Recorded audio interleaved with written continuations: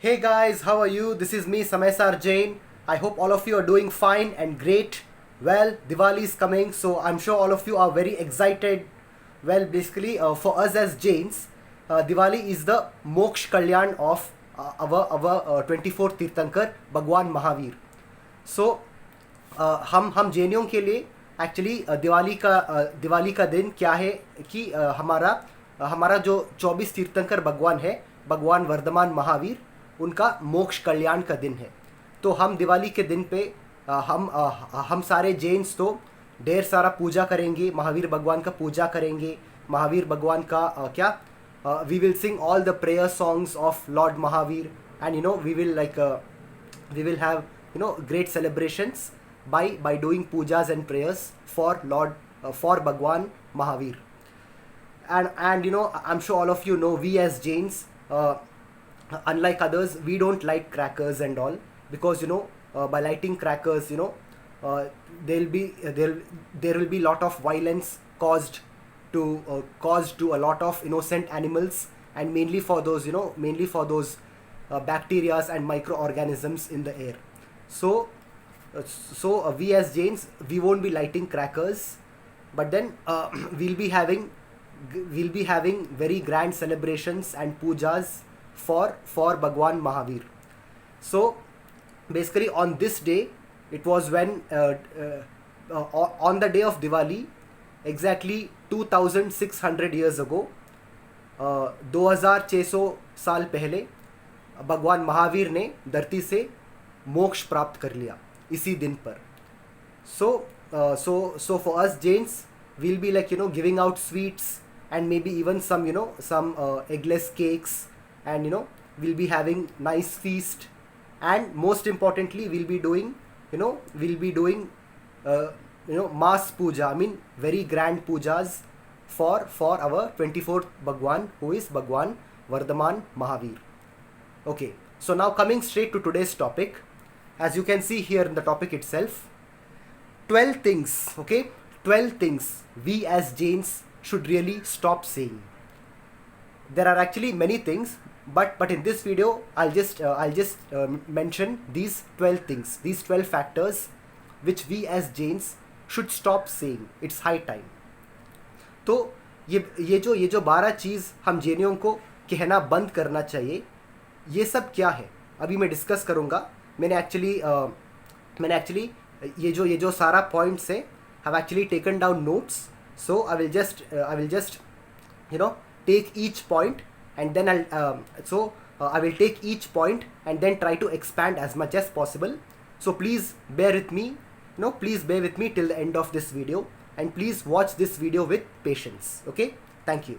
Okay, so coming with the first point, वो पहला point क्या है जो हम जैनियों को कहना बंद करना चाहिए. What is this first thing which we as Jains should really stop saying.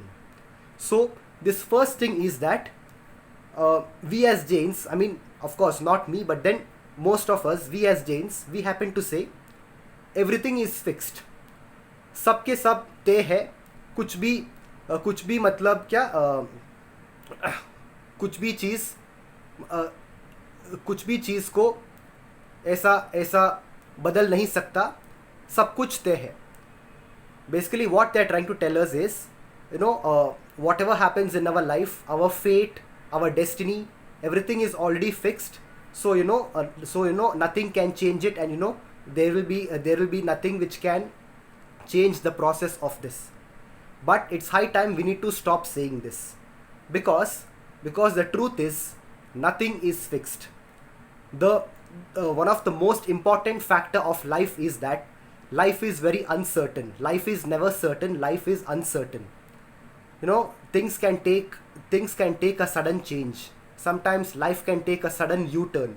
It can be for the good, and sometimes even unfortunately life can take a U-turn for something bad as well. But then all of us, we have to be positive. But yes, now coming to this point, why we as Jains, we should stop saying that everything is fixed. Because see, first of all, if everything was fixed, then what is the whole point of putting efforts? अगर सब कुछ पहले से ही तय है तो फिर हमको पुरुषार्थ करने के लिए क्या आवश्यकता है? I mean, like, many Jains will say that, even when we will be attaining moksha, this is also already fixed from the beginning itself. If this is the case, then why do you think all of us अगर ये बात है तो फिर क्यों हम हर रोज़ बहुत ज़्यादा पुरुषार्थ करते हैं, मंदिर जाते हैं, पूजा करते हैं, पाठ करते हैं, स्वाध्याय करते हैं, और क्या हमारा कर्म को निर्जरा करने के लिए बहुत प्रयास करते हैं? क्यों करना है? अगर आपके हिसाब से सब कुछ तय है तो फिर जो भी हम पुरुषार्थ करते हैं इसका कोई मतलब नहीं है. See, it's like saying that, let's say for example, you are watching a movie. Okay, the movie is already there, but then because this is a movie, we already know that whatever the director has, whatever the film director has decided to be the end of the movie, that is going to be the end of the movie. So just by we trying to do certain things to change the ending of the movie, it is not going to happen. Why? Because that is a movie. But when we talk about real life, one of the most important things we need to do is put efforts and work hard in life. Why do we say work hard, don't give up, keep trying? Why do we say this? The main reason why we say this is because everything in life is uncertain. Nothing is certain in this life. And of course, sometimes life can take a U-turn for the bad, but we need to stay positive. And if we think positively, not sometimes, many times, life will always take a U-turn for the good and for the better. You might be thinking that, you might be thinking that you're going through a very rough phase, but suddenly, life can take a U-turn and become something great for you. So, one of the most important fact about life is not certain, life is uncertain. So when we say that everything is fixed, we are actually saying that life is always certain, which is not the truth. So let's say for example, if anyone were to take this very seriously, अगर कोई भी ये बात को seriously लेंगे तो फिर इस दुनिया में सारे के सारे लोग काम करना बंद कर देते हैं. If we have to take this statement seriously, that everything is already fixed, then forget about working hard. Everyone in this world, they will stop working itself, and they will say that, okay, because since everything is already fixed, whether or not we work, things will happen the way it should be. So if we were to take this statement seriously, then no one in this world would want to work. No one in this world would want to work hard. And forget about working hard. Everyone, they would just keep quiet and leave everything to their fate. But this is not going to happen. If you just sit down quiet and do nothing, you will not succeed in life. But if you work hard, if every day you take small steps, and and you keep trying to reach your goals, one day you will be successful, and one day you will achieve all your goals. So please, even by mistake, गलती से भी हमको कभी भी ये नहीं कहना है कि सब कुछ तय है, everything is fixed. Because see, I'll just tell you one last time. The only reason we need to do lot of efforts, we need to put efforts, be it in the worldly life, even be it in the spiritual life. अगर हमको हमारा कर्म का निर्जरा करके अगर हमको मोक्ष प्राप्त करना है, हमको बहुत सारे प्रैक्टिसेस करना पड़ेगा. जैसे कि हमको उपवास करना पड़ेगा, हमको बहुत सारे सांसारिक चीज़ों को त्याग करना पड़ेगा. और ये जो 5 महाव्रत है, अहिंसा, सत्य, अस्तेय, अपरिग्रह और ब्रह्मचर्य, ये जो 5 महाव्रत है, अगर आपके हिसाब से सब कुछ पहले से ही तय है, तो यदि हम ये 5 महाव्रत को पालन करें या ना करें, यदि हम 5 अनुव्रता को पालन करें या ना करें, अगर सब कुछ तय है, जिस दिन हमको मोक्ष जाना है उस दिन तो हम सब मोक्ष तो जाएंगे ना। तो अगर सब कुछ तय है, फिर ये सारे पुरुषार्थ की क्या आवश्यकता है? तो ये बिल्कुल सच नहीं है। हमको पुरुषार्थ करना पड़ेगा। We need to put in efforts both worldly and spiritually in order to achieve our goals. अगर आपको मोक्ष प्राप्त करना है, आपको पुरुषार्थ करना पड़ेगा। अगर आपको संसार में आपको बहुत सक्सेसफुल बनना है, आपको पुरुषार्थ करना पड़ेगा।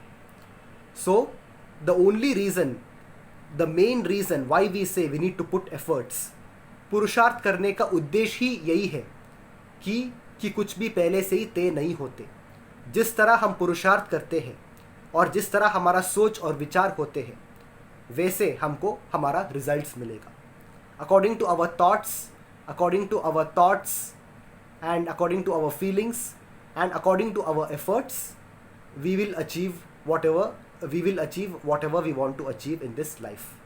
So the most important reason why we should work hard in this world is because life is uncertain and life is never fixed and life is not certain. So let's say, for example, we might be working very hard. We might feel that things are not working for us.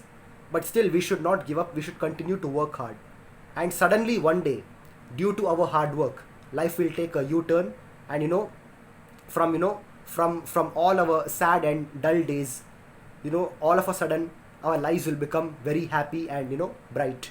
I mean, things will start working for us the way life may suddenly start working for us the way we want. And this happens due to our efforts which we put now.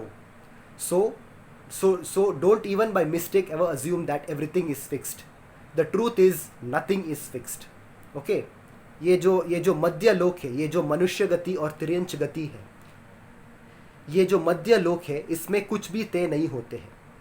लेकिन हाँ, जो स्वर्ग और नरक है, in the state of heaven and hell, okay, Jain धर्म में 4 लोक है, 4 गति है, मनुष्य गति, तिर्यंच गति, देव गति, जो देव गति यानी कि स्वर्ग है, देव गति और नरक गति। सो इन 4 गति में जो नरक गति और जो देव गति है, जो नरक और स्वर्ग है, वहाँ सब कुछ फिक्स्ड होते हैं।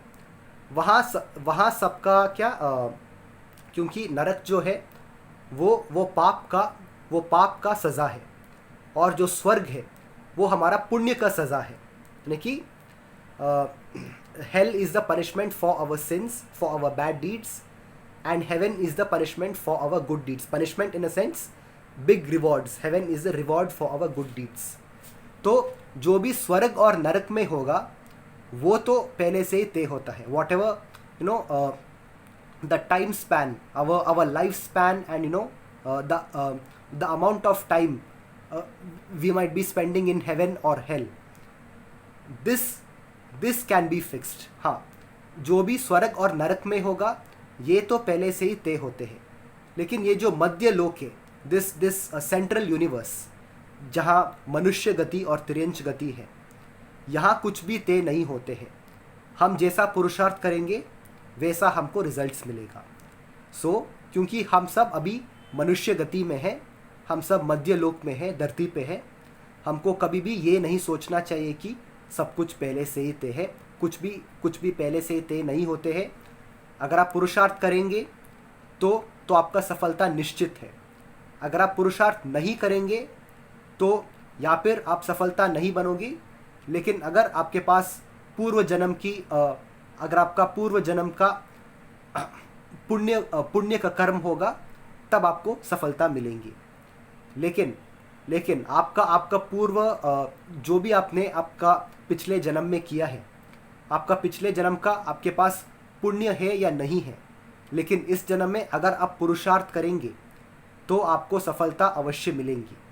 even our hard work and efforts can change our destiny for the better. So this is the reason why we should never ever assume that this is the reason why we should never ever assume that everything is fixed. Okay, so this was the first point. Now coming to the second point, which is अधिकतर जैन लोग हम कहते हैं कि हिंसा को कभी justify नहीं किया जा सकता। जैसे कि युद्ध लड़ना, जंग लड़ना और हिंसा करना, ये तो कभी भी जैन धर्म में अलाउड नहीं है. हम तो ये कहते हैं. But it's high time we need to stop saying this, because see, in Jainism, if you want to know the truth, it is in fact never ever mentioned that war is, it is never ever mentioned that war and violence are not justified. It is mentioned that offensive violence is not allowed, but defensive violence is allowed. Jain धर्म में हम हमारी तरफ से कोई भी जंग या युद्ध शुरू नहीं कर सकते. लेकिन अगर हमारे ऊपर जंग, अगर कोई और देश ने या फिर कोई और राज्य ने हमारे ऊपर जंग करने के लिए आते हैं, तो हम हमारा आत्मरक्षा के लिए, हमारा देश का रक्षा के लिए और हमारा प्रजा का रक्षा के लिए हम डिफेंस में हिंसा प्रयोग कर सकते हैं. So basically in Jainism it's not that war and violence are never justified. War and violence are never justified if we are going to commit those violence in the name of offense. If we are going to commit an offense, then this is not allowed in Jainism. But if we are using war and violence for our defense, then this is not wrong, and using war and violence for our defense is allowed in Jainism. And even if you see historically, a lot of Jain kings, पुराना time पे भी जब भी राजा और महारानी होते थे, तब भी बहुत सारे जैन राजा जैसे कि संप्रति मौर्य, चंद्रगुप्त मौर्य, कलिंग नरेश कारवेला, और कर्नाटक में अमोघवर्ष नृपतुंगा, और क्या वहाँ कर्नाटक के पास एक और राज्य थे उल्लाल का एक जैन महारानी थी, रानी अब्बका चौटा हो, महाराज अमोघवर्ष हो, कलिंग नरेश कारवेला हो. कलिंगा में जो आज का टाइम उड़ीसा है, वो एक्चुअली पहले कलिंगा था. और कलिंगा में एक बहुत बड़ा जैन राजा थे जिनका नाम था खारावेला, कलिंग नरेश खारावेला. और उनका सबूत आज भी आपको उड़ीसा में वो उदयगिरी और खंडगिरी हिल्स में आपको मिलेंगे. तो ये सारे जो जैन राज्य हैं, उन्होंने अपना प्रजा को बचाने के लिए, उन्होंने अपना राज्य को बचाने के लिए और अपना लोगों को रक्षा करने के लिए जंग लड़े हैं, खूब जंग लड़े हैं और जीते हैं. King Kharavela has fought and won all the wars which he has fought in his life. King Amoghavarsha also, he actually lost only one war, but all the other wars he fought and won. So what I'm trying to tell you is, basically Jain kings and queens in the past, they have actually fought wars and defeated their enemies in order to defend their people and their kingdoms. Even in this Ullal, I told you that there was this Jain queen called Rani Abbaka Chauta. Rani Abbaka Chauta, when the Portuguese came to India, when the Portuguese invaded India, that time even the Portuguese tried to attack Ullal, but then Rani Abbaka Chauta, who was a Jain queen, by the way, okay, Rani Abbaka Chauta, who was a Jain queen, she actually defeated the Portuguese and she actually kicked out the Portuguese from her kingdom. मतलब बाकी सारे जो भी राज्य थे, वहाँ पे Portuguese का राज था. लेकिन ये जो राज्य था उल्लाल, वहाँ का जैन महारानी थे रानी अब्बका चौटा. उल्लाल के राज्य पे पोर्चुगीज एक कदम भी नहीं रख पाए, क्योंकि रानी अब्बका चौटा ने पोर्चुगीज को जंग में हरा दिया. और मतलब ये सारे डिटेल्स को all these details I will give in some another video, but in this video I'll just tell you that just to give you the facts in brief. रानी अब्बका चौटा ने पोर्चुगीज इन्वेडर्स को लात मार के निकाल दिया. She brought her army, she brought all her soldiers, and she actually fought and defeated the Portuguese in Ullal.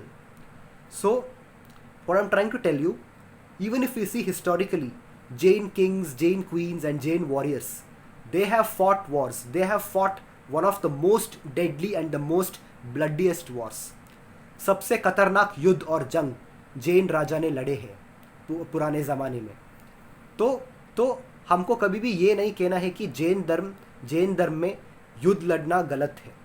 Jain धर्म में हमारी तरफ से हम युद्ध शुरू नहीं कर सकते, लेकिन हमारा आत्मरक्षा के लिए जब कोई और हम पर हमला करने के लिए प्रयास करते हैं, जब कोई और देश हमारा देश के ऊपर हमला करने के लिए प्रयास करते हैं, तो हम हमारा आत्मरक्षा के लिए, हमारा देश का रक्षा के लिए और हमारा प्रजा का रक्षा के लिए हम अवश्य जंग लड़ सकते हैं।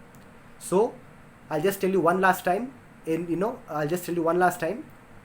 Jainism never allows war and violence in offense, but Jainism allows war and violence when it comes to our defense.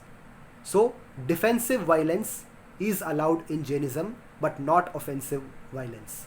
So it's high time we need to stop saying that war and violence are not allowed. We have to be specific. If you want to say war and violence are not allowed, you have to say this: in Jainism, war and violence are not allowed for offense. This is correct. You can say this.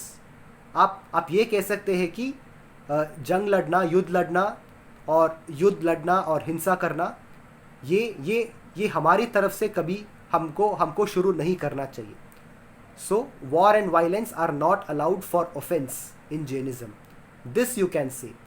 But you cannot say that overall war and violence are not allowed, because see, overall Jainism is also Jain धर्म अनेकांतवाद का धर्म भी है. तो सब कुछ को हम अनेकांतवाद दृष्टि से देखना पड़ेगा. दूसरों को चोट पहुंचाने के लिए, दूसरों को तंग करने के लिए हम कभी भी हिंसा प्रयोग नहीं करना चाहिए. लेकिन हमारा आत्मरक्षा के लिए, हमारा देश का रक्षा के लिए और हमारा प्रजा का रक्षा के लिए हम अवश्य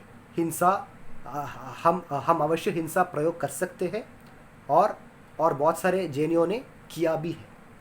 सो defensive violence is not wrong in Jainism, only offensive violence is wrong. So it's high time we should stop saying that all types of war and violence is wrong. No, all types of war and violence is not wrong even in Jainism. Yes, it is wrong only if we are doing it for offense. But for defense, we can use, we can fight wars, we can use violence, and in fact, we can use exponential amount of violence.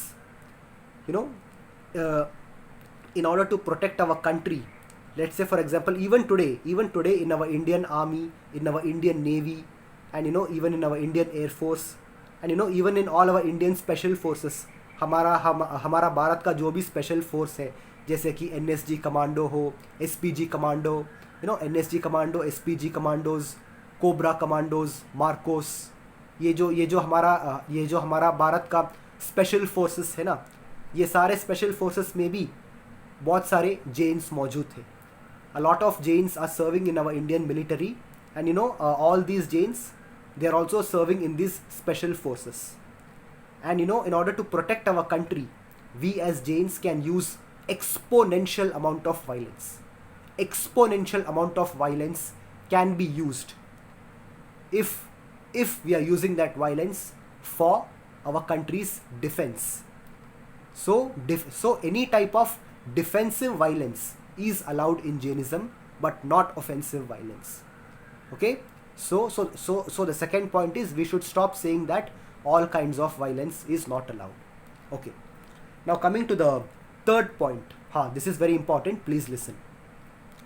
Coming to the third point, many of the Jains, we happen to say, money and career are not important, only our dharma is important. बहुत सारे जैन लोगों को ये कहना है कि सिर्फ धर्म इम्पॉर्टेंट है, लेकिन हमारा जो भी करियर और पैसा है ये एक्चुअली इम्पॉर्टेंट नहीं है. लेकिन ये बहुत गलत स्टेटमेंट है, और हम सबको ये स्टेटमेंट को कहना बंद करना चाहिए.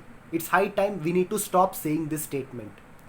First of all, to practice even to practice our philosophy, because Jainism is not a religion, Jainism is a spiritual philosophy. So हमारा धर्म को पालन करने के लिए सबसे पहले हमको पैसों की आवश्यकता है. अगर हमको मंदिर बनाना है, if we have to build temples, we need to print our Jain scriptures, we need to print our Jain शास्त्रास। और क्या मंदिर के अंदर जो भी यंत्र हम प्रयोग करते हैं, भगवान का बिंब हो, भगवान का मूर्ति हो, और जो भी कार्यक्रम करने के लिए, जो भी पूजा करने के लिए जो भी हम यंत्र का प्रयोग करते हैं, सबके लिए पैसा लगता है। वो जो कलश है, चांदी का कलश है, सोने का कलश है, सोने का भगवान मूर्ति है, इन सबको पैसा लगता है। और पैसा कहाँ से आते हैं? पैसा आते हैं हमारा करियर करने से। और तो इसलिए पैसा और करियर बहुत महत्वपूर्ण है। And generally speaking, what is the difference between a job and career? See, in a job we actually do something out of what do you say, because in a job we have to work because we have to. जो लोग भी job करते हैं वो इसलिए करते हैं कि उनको करना पड़ रहा है। लेकिन करियर में क्या होता है? करियर में हम वो काम करते हैं जो हमको पसंद है, और उसके बदले हमको पैसा भी कमा सकते हैं। So in a career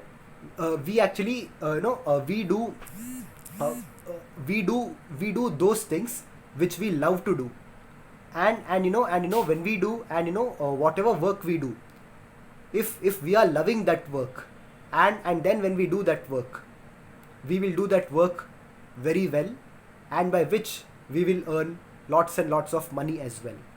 And then with that money we can even build Jain temples, we can print our scriptures, and basically whatever Jain functions and all we have, जो भी धर्म का कार्यक्रम है सबके लिए पैसा लगते हैं।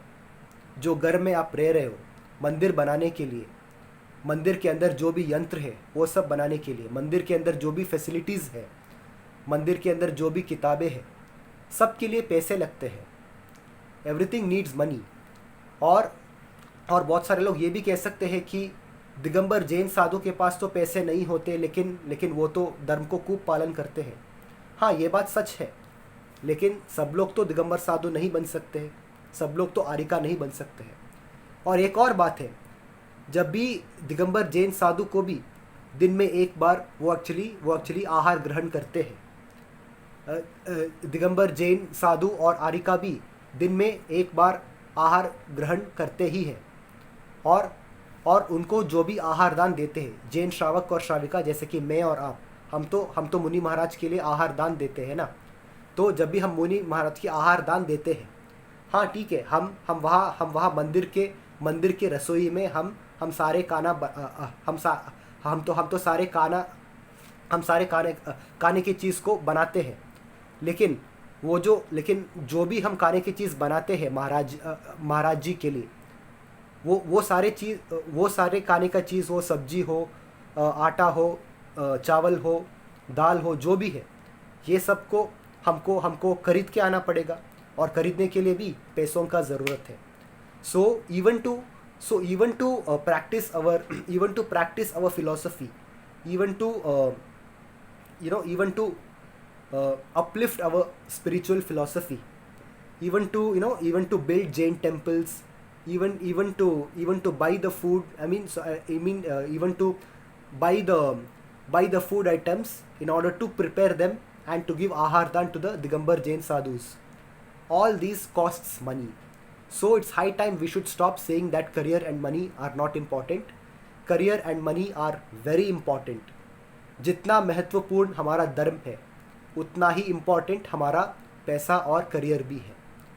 और अगर हमको खूब पैसा कमाना है, जॉब नहीं, आपको करियर करना पड़ेगा। आपको वो चीज़ करना पड़ेगा संसार में जो भी आपको पसंद है करने के लिए, और उसका बदले में आप पैसे भी कमा सकते हो। So right now if you're doing a job, okay fine, do a job for a certain time, later try to open up your own business। वैसे भी अधिकतर जैन लोग तो व्यापारी है, जैन लोग अधिकतर जॉब्स नहीं करते, बिजनेस करते हैं। We as Jains, we are actually most of the time business people. We actually provide jobs, we don't do jobs. So what I'm trying to tell you is, end of the day, पैसा और career, money and career, are equally important as practicing Jain dharma. जितना धर्म महत्वपूर्ण है उतना ही महत्वपूर्ण हमारा career और पैसा है। तो कभी भी आपका आपका करियर और पैसों को ड्रॉप मत कीजिए। Never let go of your money and career, always focus on your career. और हर श्रावक और श्राविका को सबसे पहला फोकस होना चाहिए उनका करियर पे और पैसों पे। और जो भी करियर आप करेंगे वो काम जो काम आपको करने में आपको आनंद आता है, वो काम जब आप करोगे तो आप वो काम बहुत अच्छे तरह से करोगे। और फिर उसके बदले में जब आपको पैसा मिलेगा वो पैसों से आप अधिकतर धर्म के लिए आप प्रयोग कर सकते हैं। तो हम जैनियों को ये कहना बंद करना चाहिए कि पैसा और करियर महत्वपूर्ण नहीं है। जितना महत्वपूर्ण धर्म है उतना ही इम्पॉर्टेंट हमारा करियर और पैसा भी है। So it's high time we should stop saying that money and career are not important. Okay, money and career are equally important as much as practicing our spiritual philosophy, because end of the day everything needs money. This entire world is standing on financial support. From the time you wake up, the brush which you use to brush your teeth, the paste which you use to put on your toothbrush, the towel which you use to wipe yourself after taking a shower, the books, your bed, your house, the electricity, the water, the food, you name it, whatever is there, everything costs money. So we as Jains should never ever say that money and career are not important. जितना महत्वपूर्ण धर्म है उतना ही महत्वपूर्ण हमारा career और पैसा भी है। ठीक है, क्योंकि धर्म को पालन करने के लिए भी, मंदिर को बनाने के लिए भी पैसा लगता है, और पैसा हम हमारा करियर से कमा सकते हैं। और हमारा करियर से हम पैसा खूब कमा सकते हैं, क्योंकि जब हम करियर करते हैं हम तो हमारा पैशन को फॉलो करते हैं, और हमारा पैशन को फॉलो करने के बाद वो काम हम बहुत ही अच्छी तरह से करेंगे, जिसका बदले हमको खूब पैसा प्राप्त कर सकते हैं, खूब पैसा कमा सकता है, और वो पैसा हम अधिकतर धर्म के लिए प्रयोग कर सकते हैं। ठीक है, so that's it guys. So it's high time we should stop saying that money and career are not important, because these two factors, money and career, are equally important as practicing our Jain dharma. Okay. Now coming to the fourth point. अभी आते हैं वो कौन सा चौथा point है? What is this fourth point which we as Jains should stop saying? ये fourth point क्या है? हाँ, never leave a woman alone। ये चौथा पॉइंट बहुत ही महत्वपूर्ण है, जो हमको हमेशा कहना बंद करना चाहिए। और ये चौथा स्टेटमेंट क्या है? ये चौथा स्टेटमेंट ये है कि अधिकतर, मैं नहीं लेकिन बहुत सारे जैन लोग, उनका कहना है कि कभी भी स्त्री को अकेला छोड़ना नहीं। Man, it's high time you get over these narrow minded thoughts. ये जो आपका छोटे सोच है ना, इसको आपको बदलना चाहिए। आपको लगता है कि कोई भी स्त्री को अकेला नहीं छोड़ना चाहिए। Many of the Jains think that we should never leave a woman alone. You know that always every female should be having a male guardian. I mean, a lot of Jains think this, but let me tell you, this statement is utter nonsense. ये statement जितना बकवास है, जिस level का बकवास है, मैं आपको कह नहीं सकता। क्योंकि आप जो भी पुरुष है, मैं आपको याद दिला दूँ, आप 9 महीने तक अपनी माँ की पेट में थे, अपनी माँ की खोख के अंदर थे 9 महीने तक। See every woman, they have carried both men and women in their womb, in their stomach, and while you are in their stomach for 9 months, they have cared for you, and because they have cared for you so much and taken the necessary food, that is why we as men, we are born strong and healthy. तो आज जो भी पुरुष अपने आप को बोलते हैं ना, हम तो बड़ी पुरुष है, बड़ी बलवान है, आप इसलिए बलवान हो क्योंकि 9 महीने तक आपके माँ ने आपको पेट के अंदर बहुत अच्छी तरह से ज्ञान रखा। तो अगर आप ये कहेंगे कि कोई भी पुरुष को अकेला नहीं छोड़ना चाहिए, ये बात थोड़ा ठीक होगा। लेकिन ये कहना है कि कोई भी स्त्री को अकेला छोड़ना नहीं है। स्त्री तो पुरुष से ज़्यादा सक्षम है। Women are more capable than men. Women know how to take care of themselves. Okay, women know how to manage themselves. Women are more creative than men. Women are more mature and intelligent than men. And और क्या, सारे स्त्री भी पुरुष से भी ज़्यादा सक्षम है जीवन जीने के लिए। तो आपको जैसे कि हर पुरुष छोटा बच्चा नहीं होते। हाँ, जब बच्चा होता है तो मतलब कोई ना कोई उनके साथ होना चाहिए। जैसे कि कोई भी पुरुष को भी जब वो छोटा बच्चा होता है तब उनको कोई गार्डियन चाहिए होगा। लेकिन जब वो बच्चा बड़ा होता है और क्या एक बड़ा पुरुष बनता है, तब उनको कोई भी गार्डियन होने की ज़रूरत नहीं है। तो वैसे ही हर स्त्री बच्ची नहीं होती। ठीक है, let me tell you, all women are not children. कोई भी स्त्री बच्ची नहीं होती। जैसा पुरुष बच्चा होता है, वैसा जब स्त्री छोटी बच्ची होते हैं तब उनको अगर अकेला नहीं छोड़ना चाहते हो तो वो ठीक है। लेकिन एक बार बड़े होंगे, जितना इंडिपेंडेंट और जितना सक्षम पुरुष है, उतना ही इंडिपेंडेंट और पुरुष से भी ज़्यादा सक्षम और इंडिपेंडेंट स्त्री है। तो स्त्री अपने आप को तो हर स्त्री को अपने आप को ख्याल रखना आती है। Every woman knows how to take care of herself. Okay, all you need to do is you need to respect women. पुरुष को सिर्फ हर स्त्री को सम्मान करना चाहिए, हर स्त्री को इज्जत देना चाहिए। So I'll tell you one more factor why a lot of Jains say that never leave a woman alone. I'm very sorry but this thinking is a very sexist mentality. ये जो सोच है ना, ये बहुत ही this is a very sexist mentality. This sexist mentality need to stop. Always thinking that okay कि अगर कोई भी स्त्री अकेला होंगे वो शायद उनके साथ कुछ गलत होगा, लेकिन क्या उनके साथ कुछ गलत हो सकता है, या फिर वो कोई गलत काम करके बैठेंगे। ये सब बकवास बातें हैं।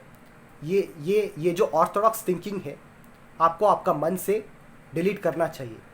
जैसे कि आचार्य श्री आदित्य सागर जी ने क्या कहा है, ओम डिलीटाय नमः। तो ये जो भी आपके मन में, जो भी आपका ये जो पुराना और छोटे और घटिया सोच है, all these sexist thoughts which you have in your mind, today itself, now itself, you should do Om Deletaye Namah. ये सारे पुराना और छोटे सोचों को ओम डिलीटाय नमः करो और वक्त के साथ इवॉल्व होना शुरू करो। Learn to evolve with time, I am telling you again and again.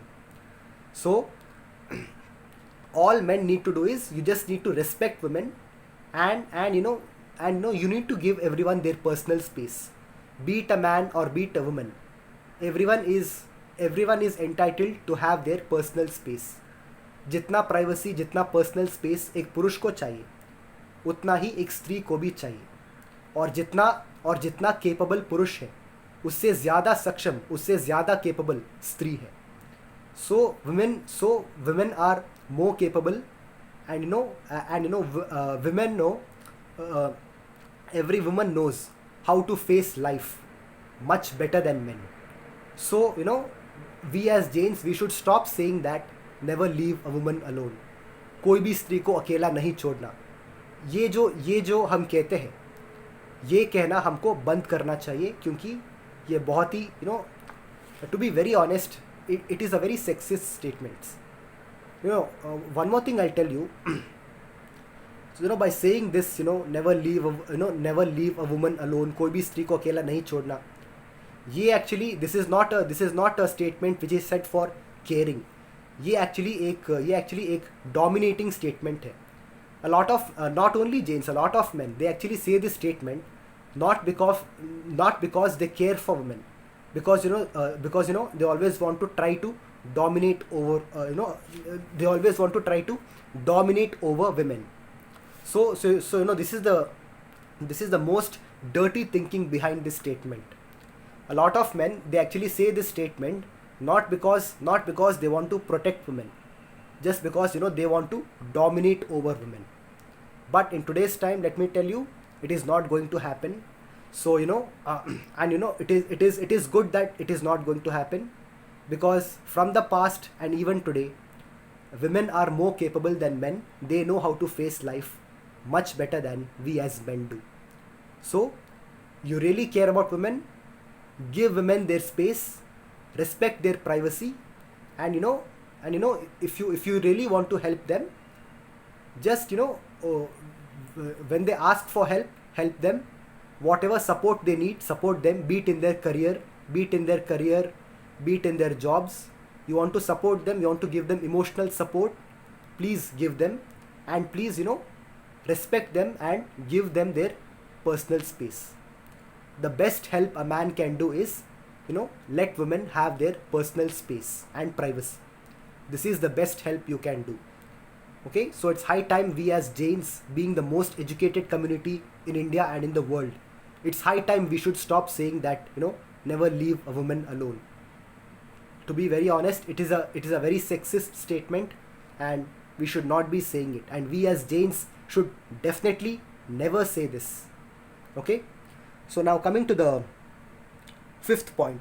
ये तो चौथा पॉइंट था कि कोई भी स्त्री को अकेला नहीं छोड़ना चाहिए. ये बात हमको कहना बंद करना चाहिए. ये चौथा पॉइंट था. अब मैं आता हूँ पांचवी पॉइंट पे.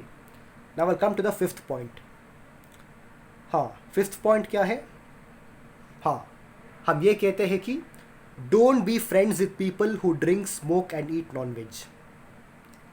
बहुत सारे जैनियों को ये कहना है कि जो लोग स्मोक करता है, जो लोग सिगरेट स्मोक करते हैं, और जो लोग शराब पीते हैं, और जो लोग नॉन वेज खाते हैं, उनके साथ कभी दोस्ती मत करो, ये कहता है. Let me be very honest with you. This is the typical thinking of very hardcore so-called religious people. A true religious Jain person will actually never say this as well. These kind of thoughts are actually actually said by very extremist and very hardcore religious minded people. Let me tell you, see, extremism exists among all religions. Okay, it's not that only one religion has got certain level of extremism. No, in every religion there are moderate people. In every religion there are extremist people. In every religion people are there are people who are really fanatic, who are really dogmatic. So this statement of saying that never be friends with those people who smoke, drink and eat non-veg, this is a very dogmatic statement. English में एक word है dogma. Dogma यानी कि it is something beyond extremism. तो Jainism is not a dogmatic philosophy. Jainism is not a dogmatic Jain धर्म कोई भी dogmas को support नहीं करते हैं. So we as Jains, we should stop saying that don't make friends with these people. अगर हम सच्चा जैन है, अगर हम सच्चा जैनी है, तो हमारे अंदर इतना आत्मविश्वास होना चाहिए कि भले ही हम किसी से भी दोस्ती करते हैं, लेकिन हम उनके बुरे आदतों से हम कभी इन्फ्लुएंस नहीं होंगी. A true Jain should have his or her willpower to such an extent that no matter with whoever we are friends with, but if our friends has got some bad habits or some bad qualities, we will be friends with that person, but we will not be influenced by their bad habits. This is what a true Jain should do, and this is what a true Jain should say. हम एक सच्चा जैनियों, हम अगर सच्चा जैनी है, हमारा सोच ऐसा होना चाहिए कि हम चाहे किसी से भी दोस्ती करें, लेकिन अगर हमारा दोस्तों में जो भी बुरे आदतें हैं, उनका बुरे आदतों से हम कभी प्रभावित नहीं होंगे, ये होना चाहिए. लेकिन ये कहना कि जो भी नॉनवेज खाता है उनके साथ दोस्ती मत करो, जो भी सिगरेट पीते हैं उनके साथ दोस्ती मत करो, जो भी शराब पीते हैं उनके साथ दोस्ती मत करो। ये सब बोलना उचित नहीं है। Once again this is also a very narrow minded thinking. ये भी एक एक टाइप का, यू कैन से एक टाइप का स्टीरियोटाइप है। अगर हमको लगता है कि जो भी सिगरेट पीते हैं वो सब बुरे लोग हैं, जो भी शराब पीते हैं वो सब बुरे लोग हैं, this is a kind of stereotype. We should never stereotype anyone. So हाँ ठीक है, कुछ कारण के लिए कुछ लोग स्मोक करते हैं, कुछ कारण के लिए कुछ लोग शराब भी पीते हैं, और हाँ मतलब ये तो सच है कि दुनिया में बहुत सारे लोग नॉनवेज भी खाते हैं। लेकिन हम चाहे किसी से भी दोस्ती करें, लेकिन हम किसी का भी बुरी आदतों से हम प्रभावित नहीं होंगे। भले हमारा दोस्तों सिगरेट पीते हो, भले हमारा दोस्तों शराब पीते हैं, भले हमारा दोस्तों नॉनवेज खाते हैं, लेकिन हम सिर्फ उनका दोस्त रहेंगे। लेकिन हमारा जो लाइफस्टाइल है, उनका जो भी बुरे आदतें हैं, उन सारे बुरे आदतों से हम प्रभावित नहीं होंगे। ये जो हमारा आत्मविश्वास है, this will power every Jain should have. Not saying that don't make friends with certain people, no, you make friends with anyone, but just don't be influenced by their bad habits. And if you want to influence, you try to influence them, you know, as per your principles. एक सच्चा जैनी वो है, अगर वो किसी मांसाहार से भी दोस्ती कर लेते हैं, वो सच्चा जैनी उस मांसाहार व्यक्ति को इन्फ्लुएंस कर देंगे और उस मांसाहार व्यक्ति को शाकाहारी बना देगा। ये होता है एक सच्चा जैन का गुण। और एक सच्चा जैनी वो है, अगर वो किसी शराबी से दोस्ती करेंगे, ये जो सच्चा जैनी है वो उस शराबी को इन्फ्लुएंस करेंगे, और वो उस शराबी को इन्फ्लुएंस करके उस शराबी को शराब पीना छुड़वा लेते हैं। अ true Jain will influence an alcoholic person to stop drinking alcohol. This is the true quality of a true Jain. And a true Jain is he who will influence his smoking friends to stop smoking. Force नहीं करना, influence करना। जैसे कि हम कहते हैं कि दूसरों को स्मोकिंग करते हुए देखते हुए हम इन्फ्लुएंस होते हैं, वैसा हम सच्चा जैनी को बाकी लोग को इन्फ्लुएंस करना चाहिए बुरे आदतों को छोड़ने के लिए। लेकिन ये कहना कि उनके साथ दोस्ती मत करो क्योंकि वो स्मोक करते हैं, उनके साथ दोस्ती मत करो क्योंकि वो शराब पीते हैं, और क्या उनके साथ दोस्ती मत करो क्योंकि वो नॉनवेज खाते हैं, ये सब कहना बिल्कुल भी उचित नहीं है, किसी भी जैन के लिए भी उचित नहीं है। Make friends with everyone, the world is connecting, we need, you know, the entire world is connecting, globalization is taking place, we need to connect with each other, we need to understand each other, we need to know each other, mingle with all types of people, make good friends, make great friends, and make friends with, you know, all types of people. But just make sure that you personally don't become influenced by their bad habits. And if someone needs to influence you as a true Jain, if you have any friends who are smoking and drinking, you influence them to quit smoking and drinking alcohol. And if you have any friends who are eating non-veg, you influence them politely, you try to influence them to become a vegetarian or a vegan. This is what a true Jain should do. Not saying that don't make friends with those people because they, you know, because they do this and do that. No. Okay, so this is the fifth statement, and it's high time we as Jains should stop saying this. Okay. Now coming to the sixth point, ये जो मैंने बताया ये तो पांचवी point था। अब हम आएंगे छठवीं पॉइंट पे। Now I tell you the sixth point which we as Jains should really stop saying. The sixth point is do not go to other religious place such as churches and, you know, other be it Gurdwara or be it, you know, other Hindu temples or be it, you know, what do you say, Catholic church or Protestant church. बहुत सारे जैन लोगों को कहना है अगर हमको कोई भी धार्मिक, if we have to enter any religious building, we should only enter Jain temples and not any other religious building. But once again, we need to really stop saying this. ये सारे बातों को हमको कहना बंद करना चाहिए. क्यों? सच्चाई ये है कि a Jain needs to be a seeker and not a believer. हर जैनी को सच्चाई ढूंढना चाहिए. सिर्फ किसी भी चीज़ों को मानना नहीं, किसी भी चीज़ को ढूंढना है, सच्चाई ढूंढना है. ये सच्चाई है, बस ऐसा मानना नहीं है. सच्चाई को ढूंढना है. सच्चाई को ढूंढने के बाद सच्चाई को स्वीकार करना है और सच्चाई को जानना है.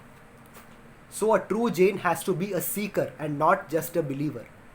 So let's say if a Jain is going to other temples to do puja or to pray, I will say okay, हर जैनियों को अगर आपको पूजा करना है तो फिर सिर्फ आप जैन मंदिर में जाइए. लेकिन अगर आपको बाकी धर्मों के बारे में आपको शिक्षा लेना है, अगर आपको बाकी धर्म के बारे में आपको जानना है, तो आप अवश्य हर जगह पे जा सकते हो. चर्च हो या हिंदू टेम्पल हो या गुरुद्वारा हो, और अगर आपको अलाउड है तो फिर मस्जिद में भी. If you want to learn about Islam, if you want to learn about Christianity, you should go to mosques, you should go to churches, and you should try to, or let's say for example you may not go inside the mosque, but then you can ask someone, where can you meet a Muslim priest, that they say imam. In Islam they say imam. If you want to know about Islam, you have to go and talk to a Muslim priest, and you have to and then from that Muslim priest you can learn about Islam. तो अगर आपको इस्लाम के बारे में आपको जानना है, आप एक मुस्लिम इमाम से बात करना पड़ेगा. अगर आपको ईसा यानी कि क्रिश्चियनिटी के अगर आपको क्रिश्चियनिटी के बारे में आपको जानना है, तो फिर आपको चर्च के अंदर जाना पड़ेगा और आपको वहाँ का पास्टर से मिलना पड़ेगा. अगर आपको कैथोलिसिज्म क्रिश्चियनिटी में दो सेक्ट है, प्रोटेस्टेंट एंड कैथोलिसिज्म. तो अगर आपको प्रोटेस्टेंट के बारे में जानना है तो आपको प्रोटेस्टेंट चर्च के अंदर जाना पड़ेगा. अगर आपको कैथोलिसिज्म के बारे में जानना है तो आपको कैथोलिक चर्च के अंदर जाना पड़ेगा, और वहाँ का कैथलिक प्रीस्ट से मिलना पड़ेगा. जो भी प्रीस्ट है, बिशप है, पास्टर है, नन्स है, उन सब के साथ आपको बात करना पड़ेगा. So what I am trying to tell you, a Jain, if he wants to learn about other religions, it is completely fine. It is not wrong to know and study about different religions. हाँ, अगर जैनियों को कोई भी धर्म पालन करना पड़ेगा तो वो सिर्फ जैन धर्म को पालन करना पड़ेगा. लेकिन बाकी धर्मों के बारे में जानने के लिए अगर वो बाकी सारे धर्मों का मंदिर में, गुरुद्वारा में, मस्जिद में या फिर चर्च के अंदर जाएंगे, तो ये जैनियों के लिए पाप नहीं है. A lot of Jains will say that just because we go into another religious building, we are actually committing a sin. But this is not at all true. This is very, very wrong. A Jain has the right to seek knowledge, and it is seeking the truth and seeking knowledge is one of the primary important factors for every Jain man and woman. So if you want to learn about different religions, there is nothing wrong. There is nothing wrong in going inside other religious buildings and trying to know and learn about their religions. A true Jain, the philosophy which a true Jain should follow, when it comes to following a philosophy, a true Jain has to follow Jainism. But in order to know about other religions, in order to know about different philosophies, it is not wrong even for a Jain to go inside other religious buildings and to study about those religions. तो अगर किसी जैनियों को ईसाई धर्म के बारे में जानना है, और क्या ईसाई धर्म के बारे में जानने के लिए अगर कोई भी जैनी चर्च के अंदर जाते हैं, तो वो बिल्कुल गलत नहीं है. So it's high time that we should stop saying that a true Jain should not go inside other religious buildings, because a true Jain can go inside other religious buildings but with the intention of learning and studying about those religions. When it comes to following the philosophy, I admit, even I agree, and I admit that a true Jain has to follow only Jainism. But when it comes to learning and studying about different religions, any Jain has the right to go inside other religious buildings to study about those religions. So the sixth point is, it's high time we should stop saying that, don't go inside other religious buildings, because this is not true. The truth is, a true Jain can go inside any religious building if his or her intention is to know and to study about that religion. यहाँ भी आपको अभिप्राय देखना पड़ेगा, जैसे कि हम बोलते हैं ना, जैन धर्म अनेकांतवाद दृष्टि का है. यहाँ भी हमको अभिप्राय को देखना पड़ेगा, किस अभिप्राय से वो जैनी दूसरे धर्म का बिल्डिंग के अंदर जा रहा है. क्या वो जैनी चर्च के अंदर इसलिए जा रहा है कि वो ईसाई धर्म को पालन करने के लिए जा रहा है, या फिर वो ईसाई धर्म के बारे में पढ़ाई करने के लिए जा रहे हैं. If that Jain person is going to a church to do puja, then I will say that Jain person should do puja only in Jain temples. But if that Jain person wants to study about different religions, it is completely fine. Whether it is 100% fine whether a Jain person goes into a church, goes into a Hindu temple, a Gurdwara, a Catholic church, or whatever it is. Okay, so the sixth point, we should stop saying that do not enter other religious buildings. A Jain can enter every religious building with the intention of wanting to learn and study about that religion. Okay, so now coming to the seventh point. This was the sixth point. Now I'll come to the seventh point. The seventh point is do not go to foreign countries except for business trips from company. I mean, मैं कभी सोचता हूँ, मतलब I am very sorry to say this, मूर्खता के लिए भी एक लिमिट होना चाहिए. There has to be a limit even for saying a silly statement. The seventh point, which a lot of Jains say, is never go to any other foreign countries except for business trips.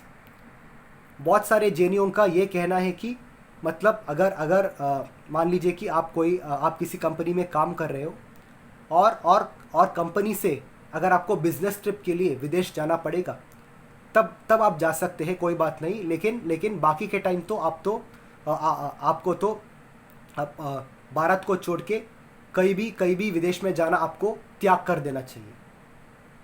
I am very sorry to say, मतलब मूर्खता के लिए भी एक हद होते हैं यार. I mean, what kind of a statement is this? Every Jain should travel everywhere around the world. चाहे आप बिजनेस ट्रिप के लिए जाते हो, चाहे आप वेकेशन के लिए जाते हो, चाहे आप आपका जो भी समर वेकेशन है उसके लिए जाते हो, every Jain can and should go to foreign countries. और इसमें दो फ़ायदा है. एक फ़ायदा ये है कि आपको अलग अलग देश को एक्सप्लोर करने के लिए आपको मौका मिलेगा. और दूसरी बात यह है कि आपको जहाँ भी आप जाते हो वहाँ के लोगों को आप जैन धर्म के बारे में आप समझा सकते हो. Let's say for example, you visit a foreign country where there are no Jains and no Jains and no Jain temples. You can go to that foreign country and explain to those people about Jainism. You can teach those people, not convert. Okay, I'm telling you one more thing, not convert. Jain धर्म कभी भी conversion में विश्वास नहीं करते, ठीक है? Not converting but just teaching. Okay, just teaching.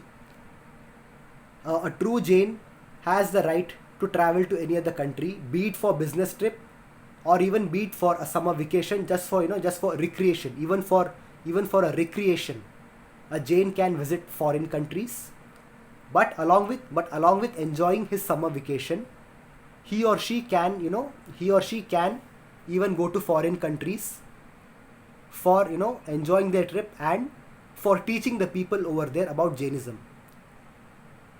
पहले अमेरिका में कोई भी जैन मंदिर नहीं था, कनाडा में कोई भी जैन मंदिर नहीं था, इंग्लैंड में, ऑस्ट्रेलिया में कोई भी जैन मंदिर नहीं था, यूरोप में, अफ्रीका में कोई भी जैन मंदिर नहीं था। लेकिन अब है। क्यों? क्योंकि भारत से जब बहुत सारे जैनियों ने अमेरिका गया तो वहाँ उन्होंने ढेर सारा जैन सेंटर्स ओपन किया, वहाँ जाके ढेर सारा जैन मंदिर को बनाया, और इसके वजह से बहुत सारे अमेरिका का लोगों को जैन धर्म के बारे में पता चला। और बहुत सारा, और क्या, बहुत ज़्यादा नहीं, लेकिन कुछ अमेरिकन लोग भी जैन धर्म को पालन करते हैं अमेरिका में, कनाडा में, ऑस्ट्रेलिया में। वहाँ का लोकल का लोगों में कुछ लोग हैं जो एक्चुअली बड़ी सच्चे दिल से जैन धर्म को पालन करते हैं। और ये सब कैसा मुमकिन हुआ? क्योंकि भारत से हम विदेश गए। तो so when we go to foreign countries, yes, while going for business trips, of course we'll be only focusing about our company's business. But when we travel to foreign countries for, let's say, summer vacations or whatever, okay, along with enjoying our vacations, we should also try to teach those local people over there about what Jainism is. Not asking them to become a Jain, not asking them to convert into Jains, just teaching them about what is Jainism. Okay, just teach them about Jainism and then leave it to them whether or not they want to become a Jain or not. So by traveling to foreign countries, not only can we enjoy our vacation, we can also spread the knowledge about Jainism in foreign countries. And due to traveling itself, this is how, because a lot of Jains travel to Europe, America and to Australia, this is why today in these countries there are a lot of Jain centers and Jain temples, and a lot of Jain restaurants are being opened. There are Jain pizzas available, Jain pizzas, Jain burgers, Jain Subway sandwiches. All these are coming up. Why? Because we as Jains went there and we spread the knowledge of Jainism in those countries. So today you see, because a lot of Jains traveled abroad, today the influence of Jainism is growing well even in foreign countries. So I don't understand why these some Jains say certain things which really makes no sense at all. Okay, first of all, yeah, and also some Jains say that, okay, because in abroad, like, sometimes life may be too much like materialistic, whereas here we focus more into spirituality. See, every Jain has the right to live his whole life to the fullest. Yes, along with following the principles of Jainism, along with following the principle of ahimsa to the best of his or her abilities, but in his or her daily life, he or she should enjoy his worldly life as well to the fullest. So so whether or not we travel to whether we travel around India, or even whether we travel abroad to foreign countries, yes, we can go for business trips, and even for our personal recreations and vacations. But along with enjoying our vacations, what we as Jains can do is, we can teach the local people over there, about what Jainism is, and then leave it to them whether or not they want to embrace it. So this we can do. So by spreading the knowledge of Jainism to others, this is such a good thing. तो जब हम विदेश में जाके वहाँ का local लोगों को जब हम जैन धर्म के बारे में हम सिखाते हैं, तो आप समझो आप कितना बड़ा पुण्य का कार्य कर रहे हो। भले ही वो लोग जैन धर्म को स्वीकार ना करें, लेकिन अगर हम हमारी तरफ से जैन धर्म के बारे में ज्ञान बांट रहे हैं, अगर हम जैन धर्म के बारे में नॉलेज स्प्रेड कर रहे हैं विदेश में जाकर, तो ये बहुत ही पुण्य का कार्य है हर जैनियों के लिए। तो चाहे बिजनेस ट्रिप के लिए, चाहे पर्सनल वेकेशन के लिए, या चाहे विदेश में जाके सेटल भी होने के लिए। हर जैन और जैनियों को अधिकार है कि वो भारत में और विदेश में क्या ट्रैवल करने के लिए। Every Jain has the right to travel to foreign countries. और क्या हर जैनियों को देश और विदेश जाना चाहिए। देश के हर कोने में और विदेश में, दुनिया में जितना भी देश है वहाँ हर जैनियों को जाना चाहिए और क्या वहाँ का लोगों को जैन धर्म क्या है इसके बारे में समझाना चाहिए। तो ये कहना है कि मतलब हर जैनियों को बिजनेस ट्रिप को छोड़कर बाकी सिर्फ क्या वेकेशन के लिए विदेश में जाना हमको त्याग कर देना चाहिए। मैं बोलूँगा कि ये स्टेटमेंट बहुत गलत है। I'll say that this statement is wrong. It is not only wrong, it is wrong, it is silly, it is beyond silly. जैसे कि मैंने आपको बताया, क्षमा करना, दिल से क्षमा करना, लेकिन ये जो लोग कहते हैं कि हर जैनियों को विदेश में जाना त्याग कर देना चाहिए, मैं आपको बहुत ही ऑनेस्ट होकर बोलूँगा, मूर्खता के लिए भी एक हद होते हैं। There is a limit even for the amount of silliness we speak. So please don't say these kind of statements. हर जैनियों को विदेश अवश्य जाना चाहिए और जाएंगे भी, लेकिन आपका वेकेशन को एंजॉय करने के साथ साथ आप जितना जैन धर्म के बारे में नॉलेज स्प्रेड कर सकते हो, वहाँ का लोकल लोगों को आप जैन धर्म के बारे में समझाइए। ये काम आप अवश्य करें। ठीक है।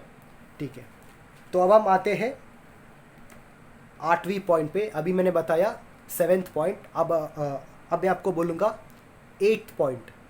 What is the 8th point which we as Jains should really stop saying. 8th point ये है कि women are less strong as compared to men. This another sexist statement which a lot of us say, not me but a lot of people say. And you know what really hurts me is even a lot of Jains happen to say this. I don't understand why. See, ये कहना है कि स्त्री पुरुष से कमज़ोर है, ये दुनिया का सबसे बड़ा गलत स्टेटमेंट है। ये स्टेटमेंट वो लोग कहते हैं जो लोग या फिर बहुत बड़ा सेक्सिस्ट है या फिर बहुत बड़ा मूर्ख है, उन लोगों का कहना है। ये कहना कि पुरुष से कंपेयर करो तो क्या स्त्री में ज़्यादा कोमलता है, ये स्टेटमेंट सरासर गलत है। जब कोई भी स्त्री जन्म देती है बच्चों को, जो दर्द वो सहती है, वो दर्द कोई भी पुरुष को सहने की ताकत नहीं है। कुछ लोगों को कहना है कि एक बार स्त्री बच्चे को जन्म देती है, उसके बाद उनके अंदर बहुत ज़्यादा कोमलता आती है। लेकिन मैं आप सबको एक बात बताऊं, बहुत सारे स्त्री ऐसा भी है जो बच्चे देने के बाद बच्चे को जन्म देने के बाद पुलिस फोर्स में सर्व कर रहा है। बहुत सारे स्त्री ऐसा भी है जो बच्चे को जन्म देने के बाद बहुत सारे मुश्किल टास्क्स किया है, बॉडी बिल्डर्स भी बना है। एक बहुत सारे जैन स्त्री है, अ लॉट ऑफ जैन वुमेन, बहुत सारे जैन स्त्रियों हैं जिन्होंने 2-3 बच्चे को जन्म देने के बाद भी बहुत बड़ा बॉडी बिल्डर्स बने हैं, एक्ट्रेसेस बने हैं, बॉडी बिल्डर्स बने हैं, पावर लिफ्टर्स, वेट लिफ्टर्स बने हैं बच्चे को जन्म देने के बाद। So what I am trying to tell you, these people who say that women are less strong compared to men, and after the woman gives birth to a child, she'll become more weak, etc. Dear women, please don't take these nonsenses seriously, okay? Don't take these nonsensical statements seriously at all. These are statements said by those men who have got a very sick mentality and who always try to disempower women. These statements, saying things like, women are less strong as compared to men, saying statements like, women are, weaker than men. These are all false and sexist statements which only those men say whose intentions are to disempower women. And this sick mentality exists not in all men but in a lot of men. So please don't ever buy into this. Don't ever buy into this philosophy. Okay, ये जो लोग और ये जो कुछ जैन लोग भी कहते हैं कि क्या स्त्रियों में कोमलता होती है, एक बार स्त्री बच्चे को जन्म देती है तो उनमें और ज़्यादा कोमलता आती है, ये सारे जो स्टेटमेंट्स है वो सरासर गलत है. क्योंकि मैं आपको प्रूफ दे सकता हूँ कि बहुत सारे जैन स्त्री और बहुत सारे स्त्री दुनिया भर में बच्चे का जन्म देने के बाद भी वेट लिफ्टर्स बने हैं, बॉडी बिल्डर्स बने हैं, और क्या ओलंपिक स्पोर्ट्स में भी हिस्सा लिया है. तो स्त्री कभी भी पुरुष से कमज़ोर नहीं होती है, दोनों बराबर के ताकतवर है. इनफैक्ट मैं कहूँगा कि स्त्री ज़्यादा ताकतवर है. I will say that women are more superior and stronger than men because the pain which she endures while giving birth to a child, no other man has that power to tolerate such a pain. एक बच्चे को जब एक स्त्री जन्म देती है, वो दर्द को सहना कोई भी पुरुष में वो योग्यता नहीं है. उस दर्द को सहने के लिए कोई भी पुरुष में ताकत नहीं है, सिर्फ स्त्रियों में ही होती है. स्त्रियों में ही बहुत ज़्यादा दर्द को सहने के लिए ताकत होती है. स्त्रियों में ही दूसरों को ज्ञान देने के लिए ताकत होती है. स्त्रियों में ही बाकी लोगों को अच्छे एडवाइस देने के लिए कैपेबिलिटी होते हैं. इसीलिए ये जो स्टेटमेंट है कि स्त्रियों में कोमलता है, that women are less strong as compared to men, this statement is completely sexist and false, and we should stop saying this. And especially we as Jains, we should definitely stop saying this, and we should never ever say this again in the future. ठीक है. तो ये जो statement है कि पुरुष से compare करो तो स्त्री में थोड़ा सा कोमलता है, ये बात हम जैनियों को कहना बंद करना चाहिए, क्योंकि ये सरासर गलत है और मिथ्या भी है. अब हम आते हैं कि 9th पॉइंट पे आते हैं.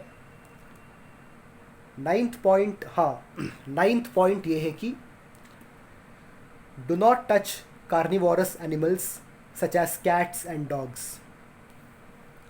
बहुत सारे जैन लोगों का ये कहना है कि हम कोई भी मांसाहार जानवर को, कोई भी मांसाहार पशु को हाथ नहीं लगाना चाहिए, छूना नहीं चाहिए. जैसे कि कुत्ता हो, बिल्ली हो, या फिर कोई भी जानवर जो मांसाहारी है, वो जानवर को हमको कभी छूना नहीं है.